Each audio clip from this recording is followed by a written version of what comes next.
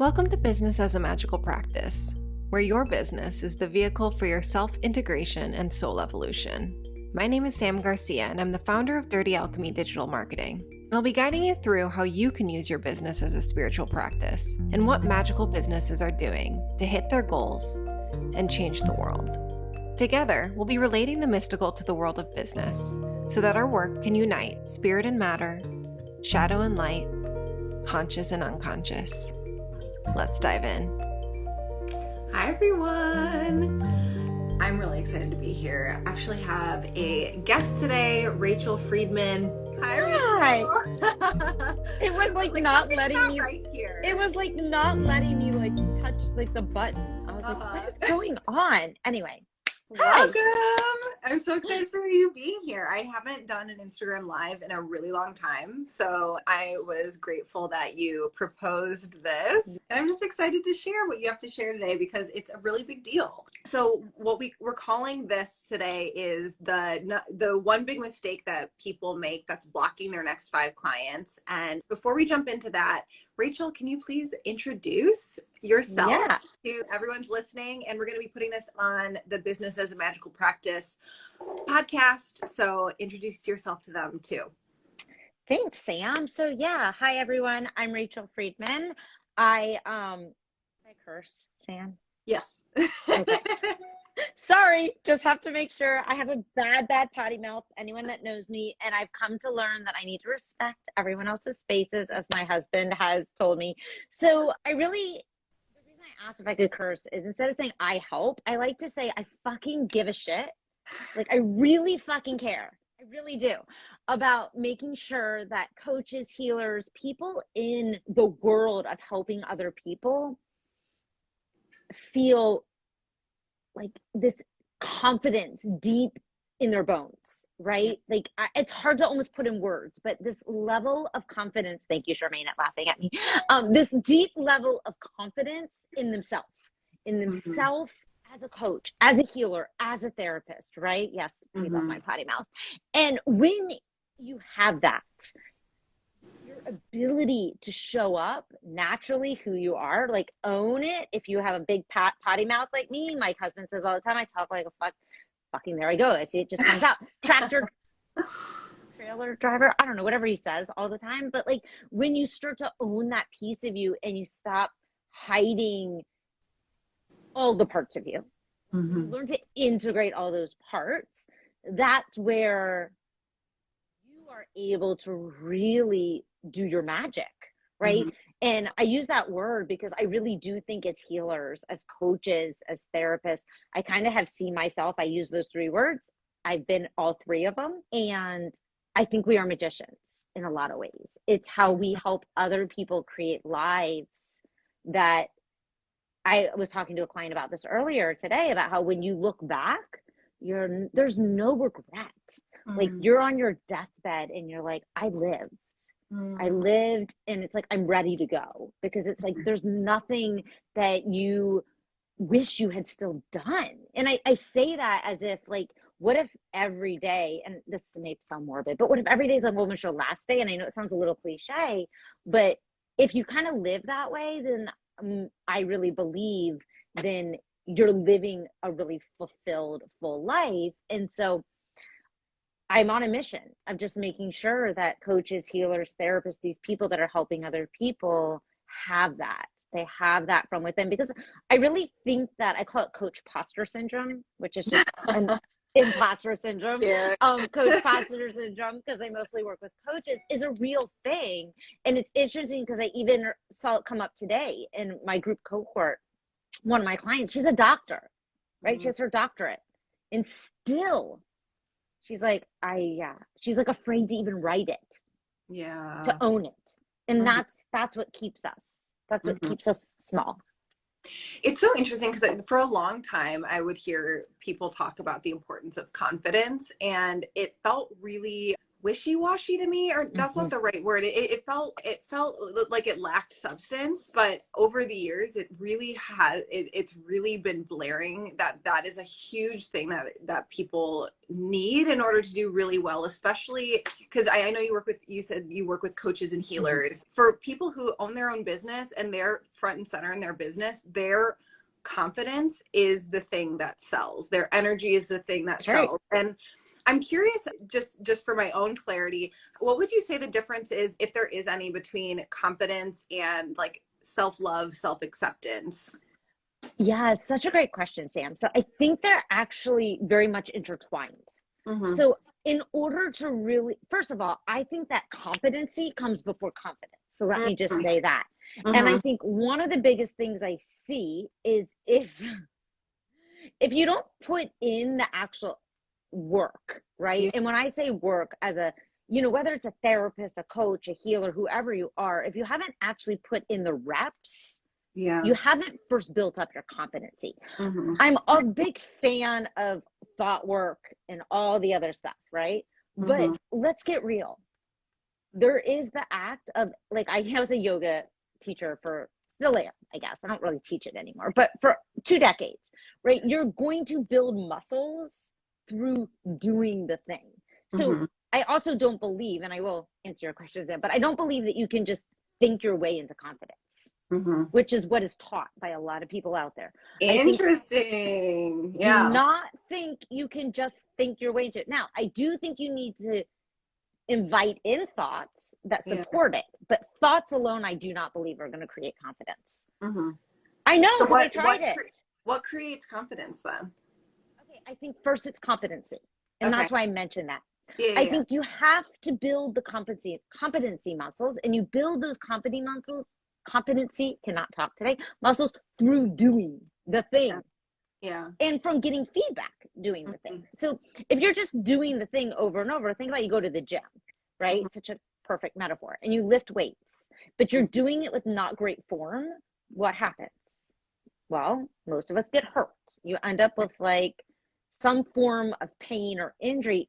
And I think the same thing happens in any skill that we're building.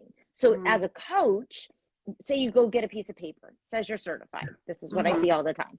And then you just go out and start coaching people, but you don't have anyone's eyes on your work. So you're picking up some bad habits maybe. And you don't mean to be, like, you can have all good intentions, but then those habits are maybe blocking your clients from getting the results they want. So then you start telling yourself, oh, I'm not very good at this, or I suck. It's not that you suck. It's not that you're not good. You just haven't had someone show you maybe what you can't see yourself, because we all have blind spots, right? So then when you can't see it, because we all can, and I can't see my own mistakes, let's be real, you just reaffirm those, right? And then that's where then the thought work comes in, right? So it's a combination. What builds confidence? It's a combination of competency. It's a combination of deep level of self-trust, which I think personally, it's a work in progress. Fully honest, right? I think here's the thing. I think a lot of us, at least myself, I thought I had reached this, like, oh yeah, I trust myself. And you try to take your business to the next level, and you realize, oh fuck, there it comes up again. And that's just your growth. You're just evolving to the next level of self-trust. Like, yes, you have it, but oh, there's a greater capacity. Sam mentioned self-love. I don't think you can build confidence from a place of being an asshole to yourself, for sure. I think it's doing that inner work of releasing the shadow. I shouldn't say releasing, integrating the shadow. So I think we have our shadow self, right? And I think so often those different parts of us, the light and the dark, aren't integrated.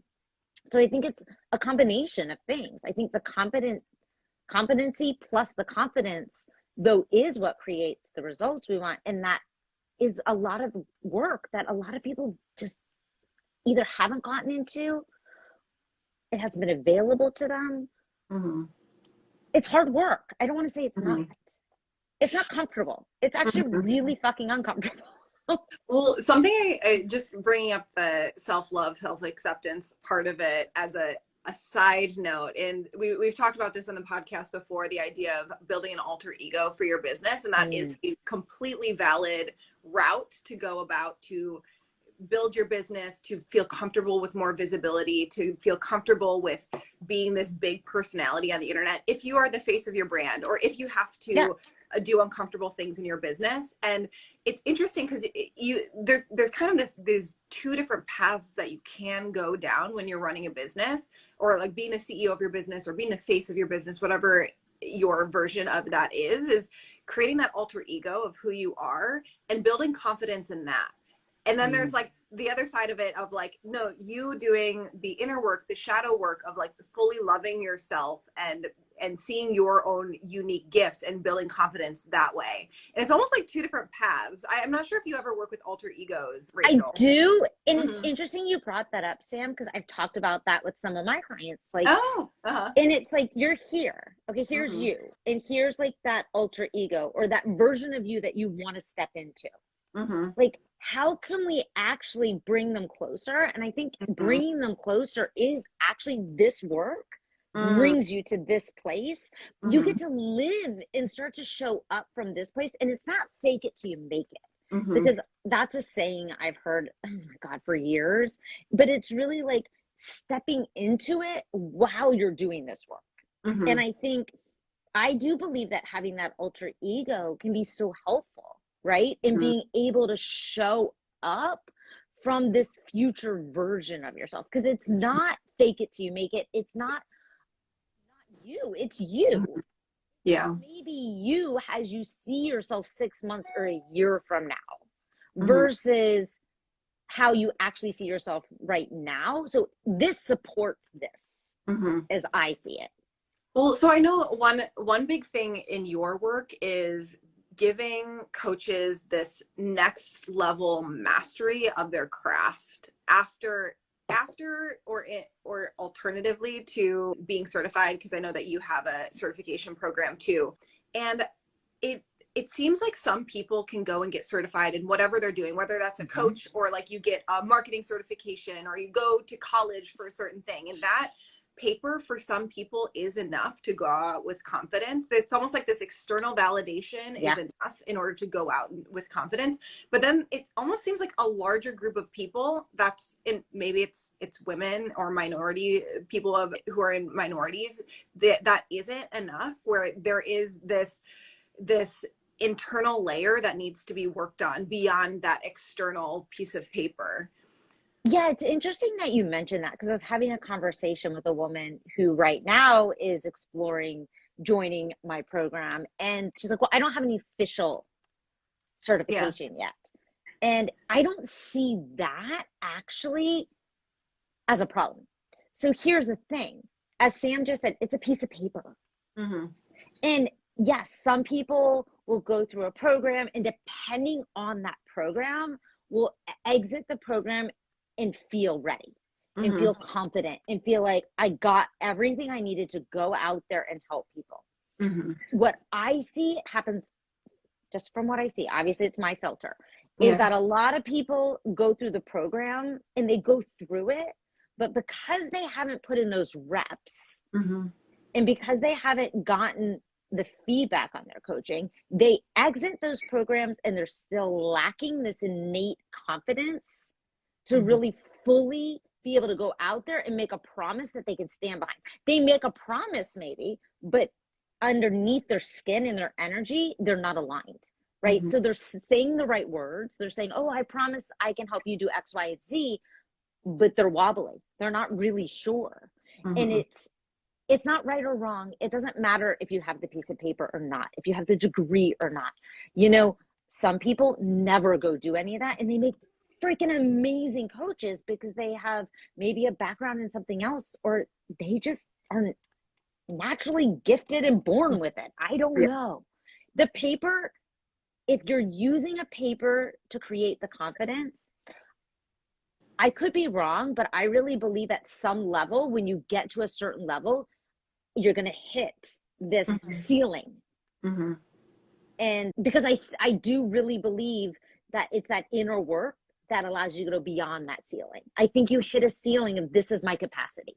And those are the people that I think maybe hit six figures, but they don't ever take it into group, or they don't ever take it into, you know, creating,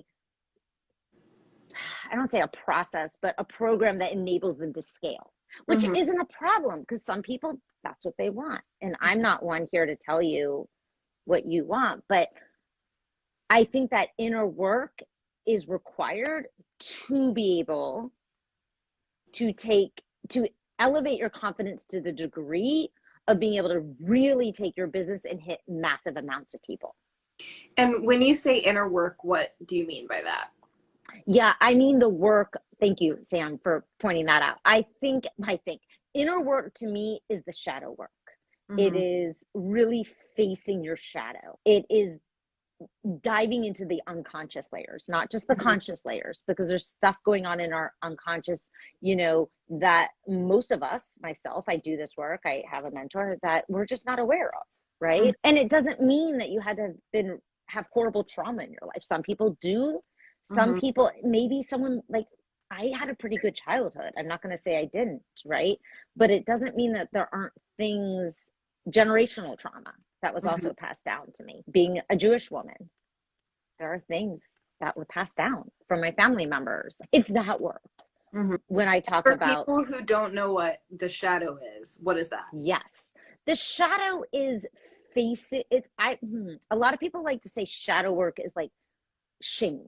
Looking at the parts of yourself that I would say that you almost don't want to ever talk about, that you wouldn't want to admit to. So when you think about those parts of you that you wouldn't want to, you don't even maybe want to admit to your partner. You don't want to say out loud. It's actually facing those parts. It's those parts, like I said, sometimes they're hidden in our unconscious. Sometimes we're aware of them, right? And we're like, I don't want to look at that, put that over there, right? And it's being willing to look at those parts of us, because there's actually wisdom in those parts that we're hiding away from. Sometimes it's the most powerful wisdom we need. So what I'm hearing from you around building confidence is, and maybe before we do this, like, let's just dive into the direct answer of why do you feel like confidence is the one big thing that people are missing that's preventing them from their next 5 clients? Yeah, because I'm a living, breathing example of it. How can that's my simplest answer. So I tried to go about it with that fake it till you make it attitude, where I had very little confidence. There was a period of time in my life doing this would have not happened. And a lot of people who know me now can't believe it. Before I started diving into this work, which was about 15 years ago, I couldn't talk in front of a group of people. Literally shit my pants once doing it. No joke. Panic attacks. I know, so embarrassing, but whatever. Now I'm like an open book. And I can tell you that the confidence for me came from doing this work. And I'm still doing it. I don't think it's something you do and you're done, right? It's like I said, at every level, you're upgrading to the next level. And I really realized in my business that my coaching business specifically, when it started, I had a lot of imposter syndrome, even though I've been a therapist, right? I've been a yoga teacher, yoga studio owner. I've taught, I don't know how many hundreds of other people to be yoga teachers. When it came to coaching, I had this belief, well, I don't know if I'm qualified. And I had to reface all of those demons, if that's what we want to call them, the dark side. I don't like to call them demons, but those parts of me again. And as I started to learn more about parts work and integrating the different parts of myself, I was able to really start to own that confidence. Now I can talk in front of people. I've led, workshops and lectures in front of 1,000 people now. Things that I just never in my life imagined I could do. And it's really why I believe it is the answer. I also know that when I was wobbly and really not grounded in myself and my abilities, my clients they were getting results. I don't want to say they weren't getting any, but they were taking much longer. Some would get results, but then slide back into their old habits, right? And I found when I really dove into this work and started to own who I was and these other parts of me, not only did my results, like, I mean, I went from having like $1,000 a month if I was lucky to having 10K months to having a 50K month. Mm-hmm. And so I know from my experience, I didn't change much else other than doing this. Yeah. And I've now seen it with clients that when they go to work on building that confidence, that competency, and those skills, their work speaks for itself. So the marketing piece, it's so much easier to come up with ideas. Mm-hmm. My belief now, as I've seen from myself and clients, is that when we have this level of confidence, it's a different energy that you exude. Mm-hmm. And it's so much easier to attract people into your work or into whatever it is that you're wanting to create. Mm-hmm. What I've seen in terms of confidence is, at least on the marketing side of things, is when you are confident in what you do and you go forward with a certain level of confidence, it's significantly easier to make sales, because when people are looking to buy something to solve a problem, like whatever you solve in your business, they don't want to hire someone who's not sure, who like doesn't believe in themselves. They don't believe in their methods. Even if they get clients amazing results, like, because I know plenty of people who get clients amazing results, but they don't actually exude confidence. And it's detrimental to their marketing, to their sales, to their ability to get new clients, because just think about it. Like, if you were going to the doctor and the doctor is like kind of wishy-washy about what their right. I'm not sure if I can actually I don't fix know about you. this. Let me like get a second opinion, or like let me like shop around for this. So you being 100% clear and bought in, and on the one side, like you being fully bought in on your solution, and then also like embodying your solution and being the example of whatever it is you are solving in the world, it just makes it so much easier. And where confidence can feel like this, like not very substantial in terms of a word, because they're like, oh, like you see like the cat posters in like corporate settings of like confidence, right? But it is this really, really big deal. So that's kind of where I see it with marketing and sales. I 100% agree, Sam. And I think that we can't see energy, but there is energy everywhere. And that energy, even if someone's saying all the right words, like I was saying before, if your energy is off underneath it, I think people can sense it. It's almost like a bad perfume. And it's like I have had this experience personally. I was interviewing some coaches before I started working with the one I'm working with currently. And she said all the right things. And there was something that I was like, yeah, I could not put words to it. I just knew. Yeah. So big. Okay.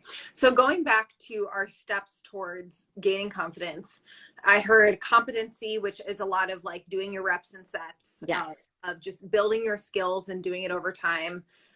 It sounded like the next step was, once you get to that level of competency, it's now diving into the inner work and looking at your shadow and your traumas and healing whatever needs to be healed to get to that next level of self-acceptance and confidence in your abilities. Are there more steps beyond that people need to think and be aware of? Yeah, I mean, I would say those are probably the two main ones, and I don't even like to think of them as step one, step two. Right. Yeah. All right. I like to think that we're doing these things simultaneously at the same time. I think there's a level of trying out new things and falling down and then getting back up, and falling down and getting back up. Right. It's like, I like to call it the coach's playground. Like, you go out to the playground and you get on the monkey bars, right? And you get one monkey bar and the other monkey bar when you're a kid, and then you slip and you fall. You don't be like, I'm never doing the monkey bars again. You get back up and you do it again, and you keep going back day after day. So I would definitely say that's a huge piece of it, is that being willing to do things that make you pretty uncomfortable. Yeah. So there's this, level of practice and competency, this level of doing the things that make you really uncomfortable. And then this inner work of the shadow work, but there's also the work of learning how to be that loving, compassionate witness for yourself. And that some of that is intertwined into the shadow work, the work of healing the parts of you, right, that you want to pretend don't exist. But learning how to love and trust yourself is almost its own separate, I feel, for a lot of us, its own, like if we put these in buckets, it's almost its own separate bucket. Mm-hmm. And there's some pretty cool techniques you can do to begin to work on that. Yeah, what might that look like? Yeah, I mean, like one of the things, as soon as people join my program, I tell them to set non-negotiable. And non-negotiables are things that fuel you, fuel your bucket. So for example, my non-negotiables are meditate. I'm a big believer in meditation. It has had such powerful effects on my life. I have energy hygiene practices, so doing those daily, and moving my body, right? Are all three very important things to make me feel at my best, right? So when you set those, and it's not a matter of like, did I do it for the right amount of time? It's not being rigid with this, but it's honoring your word with yourself. That's one of the greatest ways to build that self-trust. In terms of starting to build the self-love, there's exercise. I'm not going to go into it today. It would take way too long. But there's exercises, right? In learning to hear the inner critic, space for the inner critic. That's so good. Okay. And beyond, is there anything beyond confidence that you feel like is at play here? I mean, honestly, not really. I mean, there's there's the energetics, right? There's the energetic things happening, I think, in our energetic field that we can go to work on that can shortcut things, definitely. I mean, of course, we don't have power over other people in their decisions. So I don't want to say like you're a magical being, meaning I can like take out my magic wand and be like, la, la, la, saying poof. But yeah, I think it's keeping your energy clean. And if that sounds really woo and out there, that's a conversation for another day because it is a little bit woo. It'll have to be a conversation for another day. Okay. And I know in your program, you do a lot of like the rep and set stuff. And one of the coolest, so a couple of years ago, I had some clients that were social workers and another one who was a therapist, and they would talk about, I forget the term for it, but you go and you can actually bring a client's problem to like a mentor or a peer in the space. And you guys, what's the term for that? Supervision. You used to be a therapist. I was. Supervision. So here's supervision. What happens. Yeah, you get your, like, after, in order to be a therapist, I mean, 25 years ago, so I'm assuming it's still the same, you have to have a master's degree. So you go get your master's degree. There's a couple different routes you can go. And then you have to put in, it's different depending on the direction you go, but as an LCSW, you had to put in 2,000 hours. And what supervision is, and I think it's part of what helped me create my program, because I didn't see it in the coaching industry, in full honesty, is that I would go to my supervisor, Patricia, who might pop on at some point because we're still friends on Instagram. She sometimes pops on my lives. And I would go to her. I would bring cases to her. I would bring, what was coming up for me. And it's a space where you get to navigate and explore different ways of looking at not just your stuff, but your client stuff. Because more eyes on one thing, let's agree, all of us right now. I mean, come on. It's magic, right? Like, if just my eyes, I may not see something. Sam might be like, oh my God, it's clear as day. And I just couldn't see it for whatever reason, Maybe I needed the cleaning lady to come clean my window.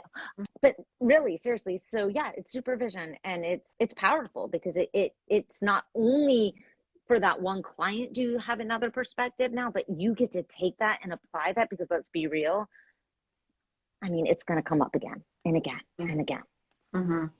Yeah, I when I first heard of it, it blew my mind that I hadn't before. Like, that wasn't standardized in other industries, because I think it's so brilliant. You have a problem with a client, and you're actually, there is a structured way that you can get feedback on it. Yeah.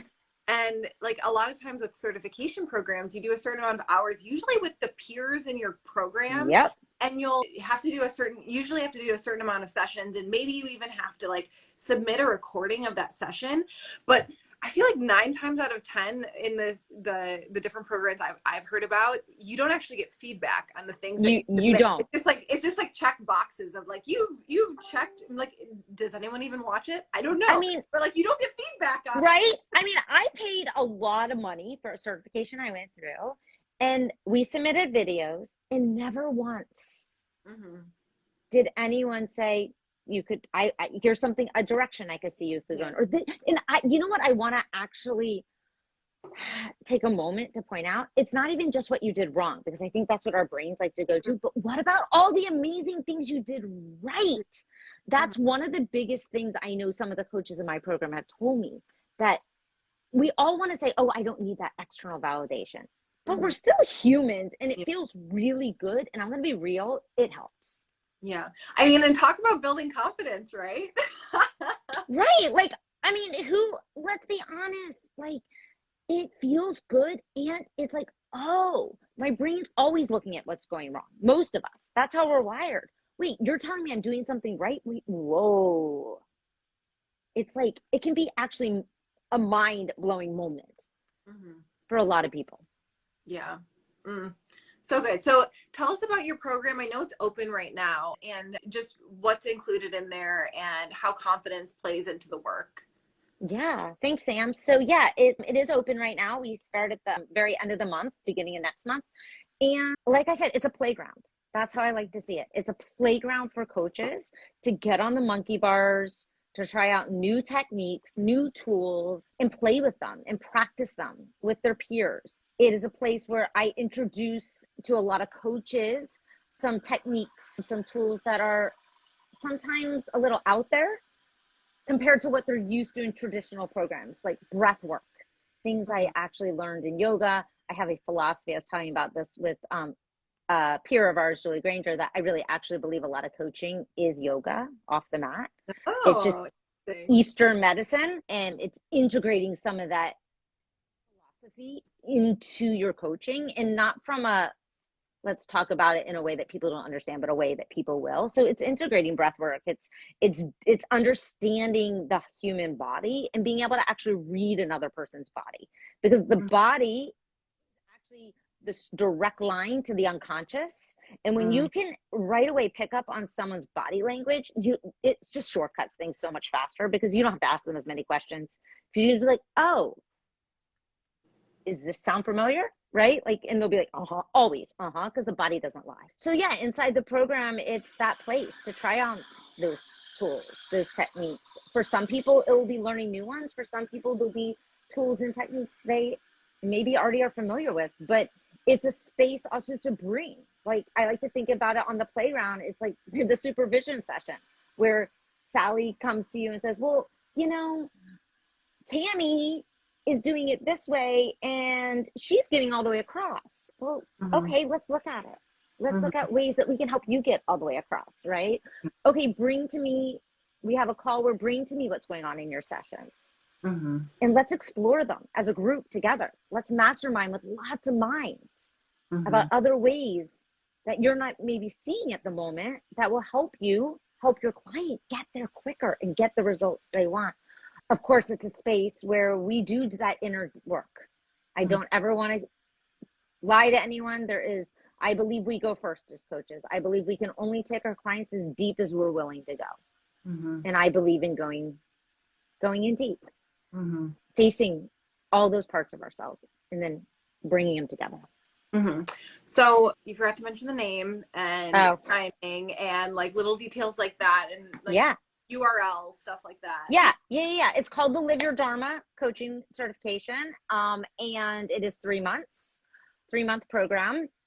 Live your Dharma, because the word Dharma inherently means to follow your purpose, your passion. So I saw it 2 ways: your purpose, your passion, helping other people connect to their purpose, their passion. It's 3 months. You can just go to Live Your Dharma. Actually, you can go to rachelbethcoaching.com and then click on the button where it says Live Your Dharma to learn more. Awesome. Thank you so much, Rachel. Do you have any like final closing wisdom for people? Regardless of where you are in your journey, I would say honor yourself and be kind to yourself. We don't get to our goals by being assholes to ourselves. Hmm. Okay. Everyone live by that today, right? All of us, like, hand on heart, like, if this is calling to you, this work, it's part of your dharma, and don't let anyone tell you differently. Awesome. Thanks, Rachel. And thank you, everyone. It was so good to see all your faces and see all the hearts in there. And we'll see you next time. Bye, everyone. Thanks, Sam.